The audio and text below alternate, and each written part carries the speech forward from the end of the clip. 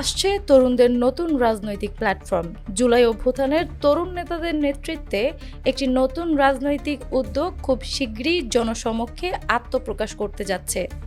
বাংলাদেশ ছাত্র ইউনিয়নের সাবেক সাধারণ সম্পাদক এবং জাতীয় নাগরিক কমিটির যুগ্ম আহ্বায়ক অনিক রায় জানিয়েছেন, আগামী 16 জানুয়ারি রাজধানীর শহীদ মিনারে 70 থেকে 100 সদস্যের একটি প্রতিষ্ঠাতা কমিটির মাধ্যমে এই প্ল্যাটফর্মের আনুষ্ঠানিক যাত্রা শুরু হবে। এই উদ্যোগের প্রাথমিক নাম রাখা হয়েছে নিউ পলিটিক্যাল অ্যাকশন, তবে এটি পিপলস অ্যাকশন বা পিপলস মার্চ নামেও পরিচিত হতে পারে। নাম এখনো চূড়ান্ত হয়নি। নতুন এই প্ল্যাটফর্ম পুঁজিবাদী অর্থনৈতিক কাঠামো, সামাজিক গণতন্ত্র এবং শিক্ষা ও স্বাস্থ্য সহ রাষ্ট্রের জনকল্যাণমুখী নীতিমালার সমন্বয়ে কাজ করতে চায়।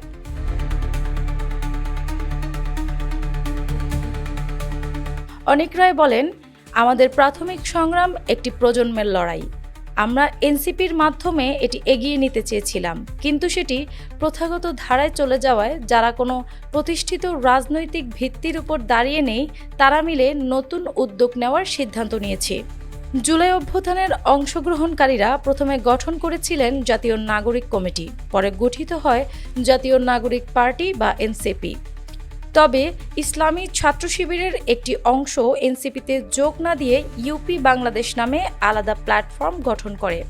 এনসিপি জামায়াতের সঙ্গে জোট গঠন করলে প্রায় 20 জন নেতা পদত্যাগ করেন। তাদের মধ্যে অনেকেই এখন এই নতুন রাজনৈতিক উদ্যোগে যুক্ত হচ্ছেন।